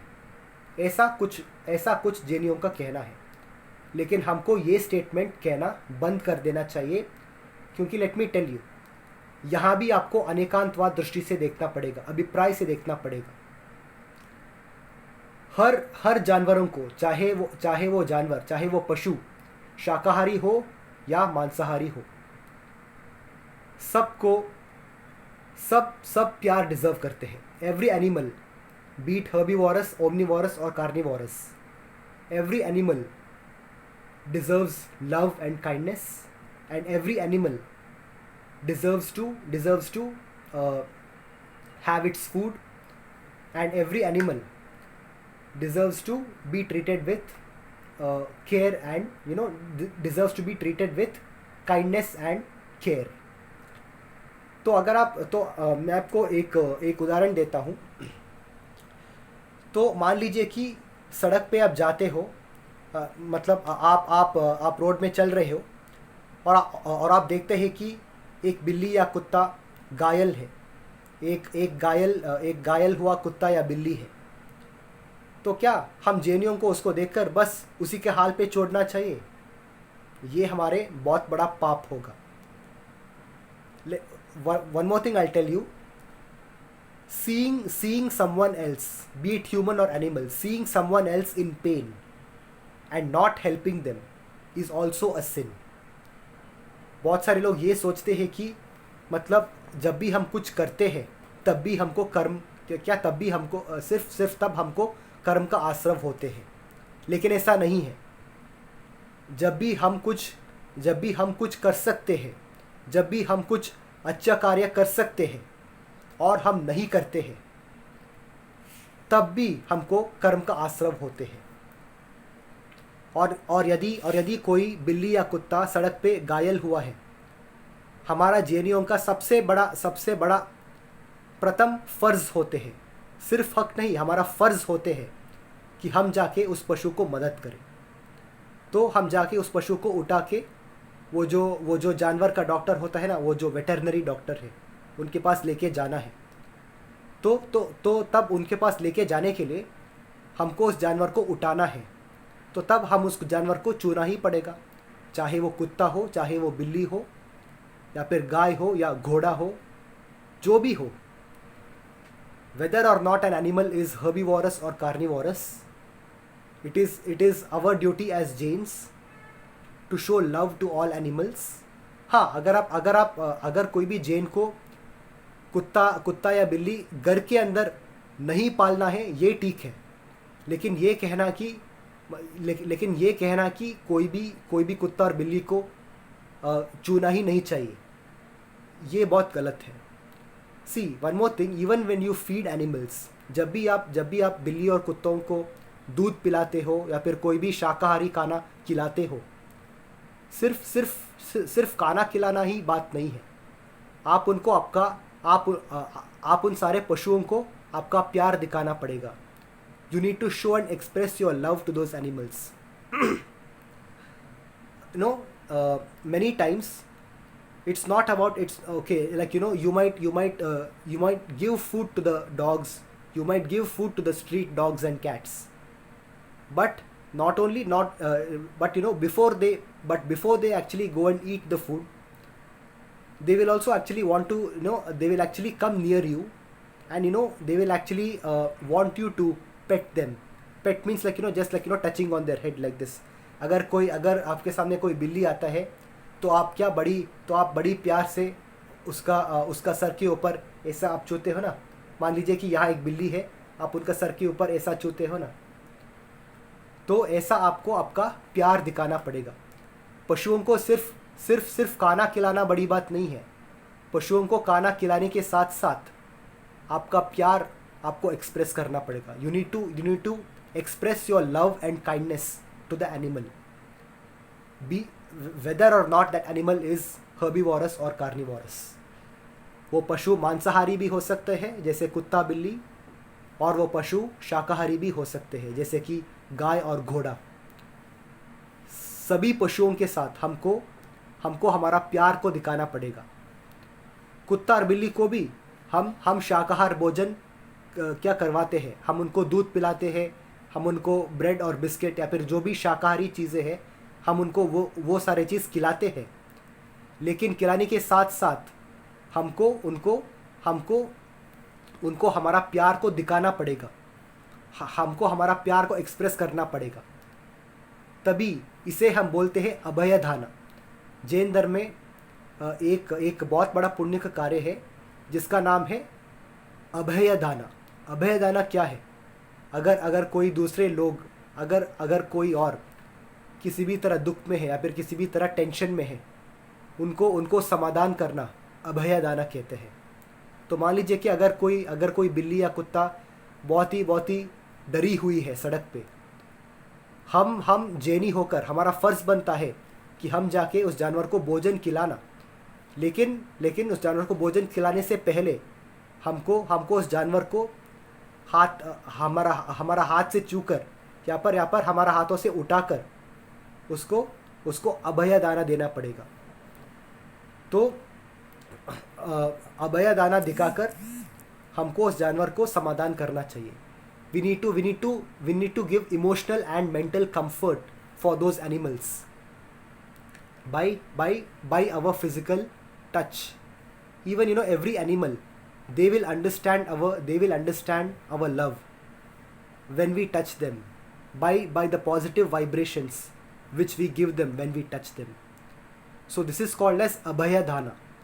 So be it a cat or a dog, यदि वो कुत्ता हो या बिल्ली हो या घोड़ा हो या गाय हो, कोई भी जानवर को जब हम उनको भोजन करवाते हैं, हम उस जानवर को छू कर उनको हमारा प्यार दिखाना पड़ेगा.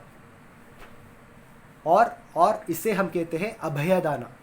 एक तो हम भोजन करा रहे हैं, तो इससे हम इससे हम कह सकते हैं कि वो एक्चुअली हम आहार का दान भी कर रहे हैं. आप एक्चुअली समझ सकते हैं, मतलब ये एक्चुअली करुणा का चीज़ है. एक्चुअली जो आहार दान है वो एक्चुअली वो आहार दान है जो हम मुनि महाराज के लिए करते हैं. लेकिन जानवरों को जो भी हम भोजन कराते हैं वो भी एक्चुअली हम कह सकते हैं कि एक टाइप का आहार दान ही है, क्योंकि हम क्या दूसरे पशुओं को हम आहार करवा रहे हैं. तो ये भी एक टाइप का आहार दान ही कह सकते हैं, करुणे का भाव से कर रहे हैं. तो पशुओं को भूखे हुए पशुओं को खाना खिलाना पिलाना, और उसके बाद उनको हमारा प्यार दिखाना, उनको छू कर, ये हमारा फ़र्ज़ है, हर जैनियों का फ़र्ज़ है. तो यदि वो जानवर मांसाहारी हो या शाकाहारी हो, उनको चोकर वो सारे जानवर के ऊपर हमारा हाथ रखकर उनको अभय दाना देना, उनको भोजन कराना, उनको पानी पिलाना और उनको अभय दान करना हमारा फ़र्ज़ है. तो ये स्टेटमेंट जो है कि हम जैनियों को कोई भी मांसाहारी पशु को हमको हाथ नहीं हमको छूना नहीं चाहिए, ये स्टेटमेंट सरासर गलत है. और ये कहना हमको बंद करना चाहिए. We should stop saying this statement that stop touching animals such as cats and dogs. No, I am sorry. क्योंकि एक सच्चा जैनी को ना ही सिर्फ भोजन कराना है पशुओं को, हर पशुओं को हमारा प्यार को एक्सप्रेस करना है, उनको अभय दाना देना है. ठीक है, तो ये हुआ. अब मैं आता हूँ 10th पॉइंट पे. अब हम डिस्कस करेंगे 10वीं पॉइंट. 10th पॉइंट ये है कि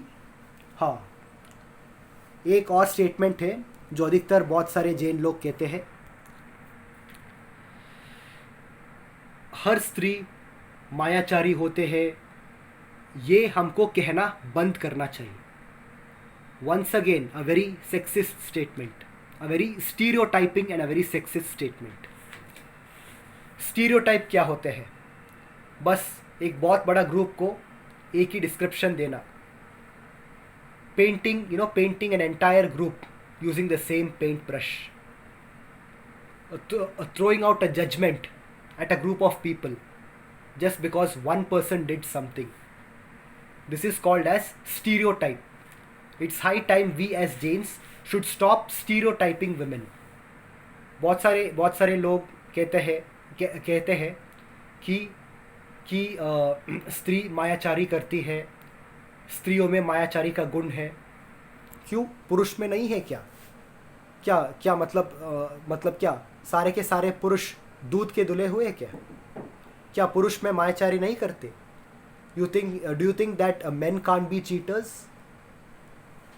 इवन जितना अच्छे लोग पुरुष में है, उतना ही अच्छे लोग स्त्रियों में भी है. देखो, अच्छाई और बुरा दोनों में है, पुरुष और स्त्री दोनों में है. पुरुष में जितना बुरे लोग हैं उतना ही बुरे लोग स्त्रियों में भी है, और पुरुष में जितना अच्छे लोग हैं उतना ही अच्छे लोग या फिर उससे भी ज़्यादा अच्छे लोग स्त्रियों में हैं, और पुरुष में जो भी बहुत अच्छे लोग हैं उतना ही बहुत अच्छे लोग स्त्रियों में भी है. तो ये कहना कि हर स्त्री मायाचारी करती है, तो ये स्टेटमेंट बहुत गलत है, सरासर गलत है. और ऐसा कहना हम जैनियों को बंद कर देना चाहिए. It's high time we really stop making these sexist statements. हाँ, हो सकता है कि किसी को पर्सनली किसी पर्टिकुलर इंडिविजुअल से प्रॉब्लम हुआ हो, लेकिन ऐसा करने से हम क्या क्योंकि सिर्फ एक व्यक्ति ने कुछ गलत किया है, हम क्या उनका पूरा परिवार को दोषित कर सकते हैं? क्या क्या क्या हम उनको क्या हम उनका पूरा परिवार को अ, दोषी मान सकते हैं? बिल्कुल नहीं ना। वैसे ही जैसे कि हर पुरुष बलात्कारी नहीं होते हैं, हर पुरुष चोर नहीं होते हैं, वैसे ही हर स्त्री मायाचारी नहीं करती है। जितना अच्छे लोग पुरुष में हैं उतना अच्छे लोग स्त्रियों में भी हैं। इनफैक्ट उससे ज़्यादा अच्छे लोग स्त्रियों में हैं। जितना जितना बुरे लोग पुरुष में हैं उतना स्त्रियों में भी है। पुरुष और स्त्री दोनों में अच्छे और बुरे लोग हैं। ऐसा नहीं है कि सिर्फ एक जेंडर में ज़्यादा बुरे लोग हैं, ऐसा नहीं है।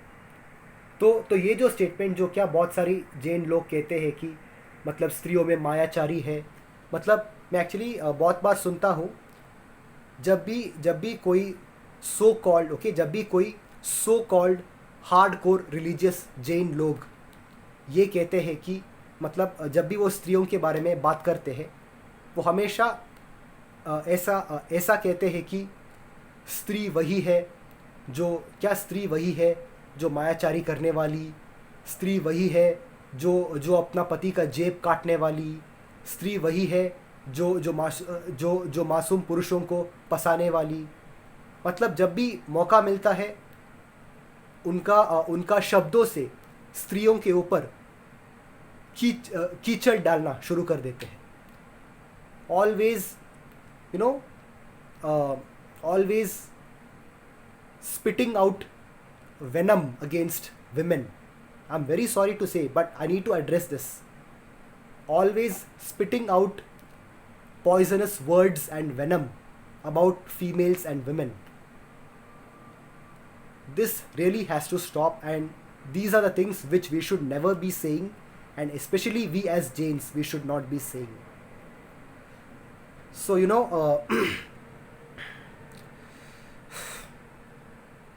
what I'm trying to tell you. See, this has nothing to do with Jainism, okay? People who make these statements, let me tell you, they don't represent Jainism at all. जो भी लोग स्त्रियों के बारे में ऐसा स्टीरियोटाइप करते हैं वो लोग जैन धर्म को रिप्रेजेंट नहीं करते हैं, क्योंकि जैन धर्म हमेशा स्त्रियों को इज्जत किया है। स्त्री वो है जो अपना घर को संभालने के साथ साथ अपना करियर को भी संभालती है। स्त्री वो है जो घर के साथ अपना बिजनेस को भी संभालती है अच्छी तरह से। स्त्री वो है जो अपना बच्चों, अपना परिवार और अपना घर के साथ अपना जॉब को, अपना बिजनेस को और अपना करियर को, सबको बहुत अच्छी तरह संभालती है। ये है स्त्री।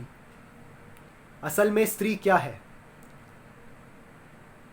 जो बाकी लोगों को ज्ञान देती है, जो ज़्यादा मैच्योर है, जो पुरुषों को ज्ञान देती है, वो स्त्री है।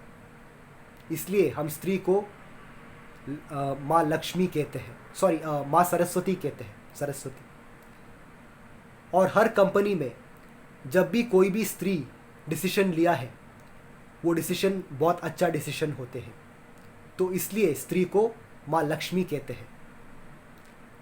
और हर स्त्री जब भी वो बच्चा को जन्म देती है, जो दर्द वो सहती है, वो दर्द को सहना कोई भी पुरुष के बस की बात नहीं है। इसीलिए हर स्त्री के अंदर माँ दुर्गा होती है, या फिर हर स्त्री माँ दुर्गा ही है। तो असल में जो स्त्री है, एक स्त्री लक्ष्मी भी होती है, एक स्त्री सरस्वती भी होती है, और एक स्त्री माँ दुर्गा भी होती है। ये है स्त्रियों का असली गुण। हाँ, जैसे कि पुरुष में भी कुछ लोग बुरे होते हैं, वैसा स्त्रियों में भी कुछ लोग बुरे होंगे। I am not denying it. मैं एक्चुअली मैं मना नहीं कर रहा हूँ, मैं बिल्कुल मना नहीं कर रहा हूँ कि स्त्रियों में बुरे लोग होते हैं। हाँ, होते हैं, जैसा पुरुषों में होते हैं स्त्रियों में भी होते हैं। लेकिन सिर्फ ये कहना कि हर स्त्री मायाचारी करती है, ये स्टेटमेंट बहुत गलत है और हम जैनियों को ये कहना बंद कर देना चाहिए। ठीक है, कोई भी हर स्त्री में मायाचारी नहीं होती है, जैसा जैसा हर पुरुष दूध के दूल्हे नहीं होते हैं, वैसा स्त्रियों में भी अच्छे और बुरे लोग होते हैं। जैसे कि एक पुरुष बलात्कार करने से सारे के सारे पुरुष बलात्कारी नहीं बनते, वैसे ही सिर्फ एक, दो या तीन स्त्री मायाचारी करने से हर स्त्री मायाचारी नहीं बनती। तो ये जो 10th पॉइंट है कि हर स्त्री मायाचारी होती है, ये हम जैनियों को कहना बंद कर देना चाहिए। So the 10th point which we as Jains should really stop saying is that every woman does mayachari, every woman is a cheater. This we need to stop saying, क्योंकि हर स्त्री मायाचारी नहीं होते हैं। Just like how there are good and bad in both men and women, okay? Just like how there are good and bad in men, similarly there are also good and bad people in women. So just like how not all men are bad, similarly not all women are bad. Just like how there are good men, similarly there are lot of good women in the world. And I will say there are actually more good women than men in the world. Compared to men, there are women are more good and better in this world. पुरुषों को compare करें तो ज़्यादा ईमानदार, ज़्यादा disciplined, ज़्यादा मेहनत करने वाली और ज़्यादा ताकतवर, और हर चीज़ में ईमानदारी से भी ले लो, ईमानदारी से काम करना, अच्छे डिसीजंस लेना, हर चीज़ों में स्त्री पुरुष से काफ़ी बेहतर होते हैं। तो सिर्फ ऐसा कहना कि क्योंकि सिर्फ कुछ 2-3 स्त्री मायाचारी करने से हर स्त्री मायाचारी नहीं बनती। तो ये हमारा 10th पॉइंट है। It's high time we should stop saying that every woman are मायाचारी। नो, हर स्त्री मायाचारी नहीं होती। ठीक है, तो ये 10th पॉइंट थे। अब हम डिस्कस करेंगे 11 पॉइंट। ओके, 11वीं point, 11th point, which is the 11th point which a lot of Jains say is don't follow western culture. Another, एक और एकांतवाद स्टेटमेंट, ये हमको कभी नहीं कहना है। ठीक है, बहुत सारे जैन लोग कहते हैं कि जो भी पश्चिम संस्कृति से आया है वो सारी चीज़ों को हमको पालन नहीं करना चाहिए, लेकिन ये स्टेटमेंट सरासर गलत है। हमको ऐसा कहना बंद कर देना चाहिए। क्यों? क्योंकि देखो, Jainism is independent of any culture. Yes, Jainism may be founded in India, but Jainism is completely independent of any countries culture. Jain धर्म में फोकस है कि हम जितना अहिंसा कर सकते हैं उतना अहिंसा पालन करने के लिए, लेकिन जैन धर्म कोई भी संस्कृति के विरोध नहीं है। अगर हमारा भारतीय संस्कृति में ऐसा कोई चीज़ है जहाँ हिंसा होते हैं, जहाँ ज़्यादा हिंसा है, वो चीज़ को जैन धर्म सपोर्ट नहीं करते। लेकिन यदि कोई भी पश्चिम संस्कृति से कोई अच्छा कार्य है, वो कार्य को जैन धर्म अवश्य स्वीकार करते हैं। So whatever we do, whether we follow Indian culture, whether we follow Western culture, whether we follow whatever culture in the world, our primary focus should be, to avoid or to limit the amount of violence we do while following those cultures. So see, it is not wrong for Jains to follow Western culture. जैनियों को पश्चिम संस्कृति को पालन करना कोई गलत बात नहीं है, एक जैन, ठीक है, एक जैन पुरुष या एक जैन स्त्री जितना भारतीय संस्कृति वो पालन करते हैं उतना ही वो पश्चिम का संस्कृति भी पालन कर सकते हैं. A Jain can follow Indian culture and Western culture or any culture in the world as long as there is very little or no violence involved. जब भी हम खाने के बारे में बात करते हैं, जैसे कि बहुत सारे हमारा इंडियन खाना है, हमारा देसी खाना है, और विदेश का क्या जो भी पिज़्ज़ा बर्गर है, हम जैनियों को हम सब कुछ खा सकते हैं जो भी चीज़ शाकाहारी है और जो भी चीज़ में कंदमूल नहीं है. जैसे कि आज का ज़माना, आज का टाइम में तो अगर जब भी आप मॉल में जाएंगे आपको जैन पिज़्ज़ा भी मिलेगा, जैन बर्गर्स मिलेगा. मतलब जो भी जैन खाना आपको इंडियन फूड में भी मिलेगा, उतना ही शाकाहारी और जैन खाना आपको वेस्टर्न फूड में भी मिलेगा. You get vegetarian and Jain options even in Indian food and in western food. So what I am trying to tell you is a Jain can follow any culture as long as he is practicing ahimsa to the best of his or her abilities. अगर कोई जैन पुरुष या स्त्री जितना हो सके उतना अहिंसा पालन कर रहे हैं तो वो जैन व्यक्ति चाहे तो भारतीय संस्कृति भी पालन कर सकते हैं और चाहे तो पश्चिम का संस्कृति भी पालन कर सकते हैं. I myself, as I told you many times, I practice and embrace both Indian and Western culture. I was raised abroad in a foreign country, and I practice both Indian, Western, and I practice multiculturalism. Okay, a true Jain, if he has to practice any culture, he should practice multiculture. So what is multiculturalism? A true Jain, he has to embrace all the good points, all the non-violent points from every culture, whether or not that culture is Indian.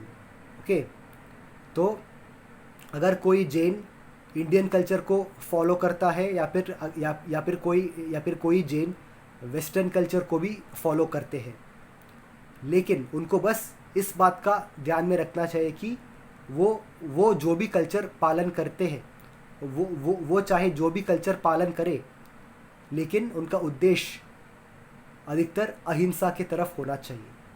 बस ये बात एक जैन को याद रखना चाहिए. लेकिन ये कहना है कि पश्चिम संस्कृति को पालन नहीं करना, ये बिल्कुल गलत स्टेटमेंट है. आप वेस्टर्न कल्चर को फॉलो करने के साथ साथ भी अहिंसा पालन कर सकते हो. even while you're practicing a lot of Western culture, you can still practice अहिंसा at the same time. तो हर जैनियों को जितना हो सके उतना अहिंसक तो अवश्य होना चाहिए, लेकिन अगर वो जैन अहिंसा को बहुत पालन कर रहे हैं, if a Jain is practicing ahimsa to the best of his or her abilities, then it really does not matter as to whether that Jain follows Western culture or Indian culture. So it's high time we as Jains, we should stop saying that don't follow Western culture. No, a Jain can follow any culture he wants. A Jain can follow all the cultures in the world, but from every culture he or she should only embrace those points where there is no hinsa involved, where there is little or no violence involved. So this was the 11th point. Now coming to the 12th point, the last point. हमको ये कहना बंद करना चाहिए कि हम मानते हैं. We as Jains, it's high time we stop using the word believe and start using the word either we accept or we know. देखो, मानना और जानना में बहुत अंतर है. मानना यानी कि आपके पास कोई सबूत नहीं है, लेकिन बस आप मानते हैं कि क्योंकि मतलब आपको लगता है कि शायद ऐसा होगा. तो जैसे कि बहुत सारे जैन लोग कहते हैं कि हम मानते हैं कि नमोकार महामंत्र सारे मंत्रों का राजा है, लेकिन सच ये है कि हम मानते नहीं, हम जानते हैं कि नमोकार महामंत्र सारे सारे मंत्रों का राजा है। क्यों? एग्जाम्पल मैं आपको एक उदाहरण देता हूँ। जब मैं आपको पूछूंगा कि क्या आप मानते हो कि अग्नि की आग अग्नि कि क्या आप मानते हो कि अग्नि गर्म है, या फिर क्या आप जानते हो कि अग्नि गर्म है? जाहिर सी बात है, सब लोग यही कहेंगे कि हम जानते हैं कि अग्नि गर्म है। तो यहाँ आप मानते नहीं, अब क्योंकि हम सब जानते हैं कि अग्नि गर्म है, हम सब जानते हैं कि बर्फ़ ठंडा है। वैसे ही सच ये है कि नमोकार महामंत्र में बहुत ज़्यादा शक्ति है, और क्या हमको हमेशा हमारा जो शब्द हम प्रयोग करते हैं उसके ऊपर हमको हमेशा केयरफुल होना चाहिए कि we should not say we believe that this is that this mantra works. No, you need to say that we know this mantra works. Why? Because the truth is the mantra works. क्योंकि सच में, हकीकत में, असल में, हकीकत में नमोकार महामंत्र ही सबसे ताकतवर महामंत्र है, सबसे ताकतवर मंत्र है इस पूरे ब्रह्मांड में। तो उसको हम एक्नॉलेज करते हैं, उसको हम एक्सेप्ट करते हैं। तो इसलिए हमको कहना है कि हम जानते हैं, ना ही हम मानते हैं, हम जानते हैं। जानना यानी कि आप पक्का है, आप श्योर है कि हाँ वाकई इसमें ताकत है। सो जो भी हम कहते हैं कि हम मानते हैं कि 4 गति है, हम मानते हैं कि नमोकार महामंत्र में बहुत शक्ति है, आपको चेंज करना पड़ेगा, क्योंकि नमोकार मंत्र में वाकई शक्ति है। तो इसलिए आपको कहना है कि हम जानते हैं कि नमोकार मंत्र में बहुत शक्ति है, हम जानते हैं कि नमोकार मंत्र से हम कुछ भी प्राप्त कर सकते हैं, हम जानते हैं कि इस ब्रह्मांड में 4 गति है, और हम जानते हैं कि मोक्ष में अनंत अनंत सिद्ध परमेष्टि है। ठीक है? तो आपको हमेशा मानना नहीं कहना है, आपको जानना कहना है। ठीक है? You should always say that we know and not we believe. So the 12th point which we as Jains should stop saying is that we believe, because if we say believe, it means that we are not 100% sure that we are not 100% sure that what we believe is true or not. So Jainism being the truth of this universe, Jain धर्म सत्य धर्म होने के बावजूद हमको कहना है कि हम कभी भी मानना नहीं कहना है, जानना कहना है। ठीक है? क्योंकि जैन धर्म वाकई में सत्य धर्म है, तो हमको कभी भी गलती से भी हम मानते हैं नहीं कहना है, हमको बोलना है हम जानते हैं। ठीक है? तो ये 12th पॉइंट थे। तो बस इस वीडियो को मैं अभी यही कंप्लीट करूँगा, और मैं आप सबको बहुत जल्द मेरा नेक्स्ट वीडियो पे मिलूँगा। तब तक के लिए मेरा वीडियो को देखते रहे, लाइक करते रहे, शेयर करते रहे, और प्लीज़ मेरे चैनल को सब्सक्राइब करके बेल आइकन को हिट कीजिए। ठीक है? So thank you very much, thank you for watching and thank you for your patience. लेकिन इस वीडियो को पूरा एंड तक देखिए, और क्या आपका जो भी क्वेश्चंस है प्लीज़ नीचे कमेंट सेक्शन में डाल दीजिए, मैं अवश्य उनको पढ़ूंगा, और क्या जब मुझे टाइम मिलेगा मैं आपको रिस्पॉन्ड भी करूंगा। ठीक है? So thank you very much. जय जिनेंद्र, जय सिद्धात्मा, महावीर भगवान की जय हो, पार्श्वनाथ भगवान की जय हो, 24 तीर्थंकर भगवान की जय हो, जय हो, जय हो।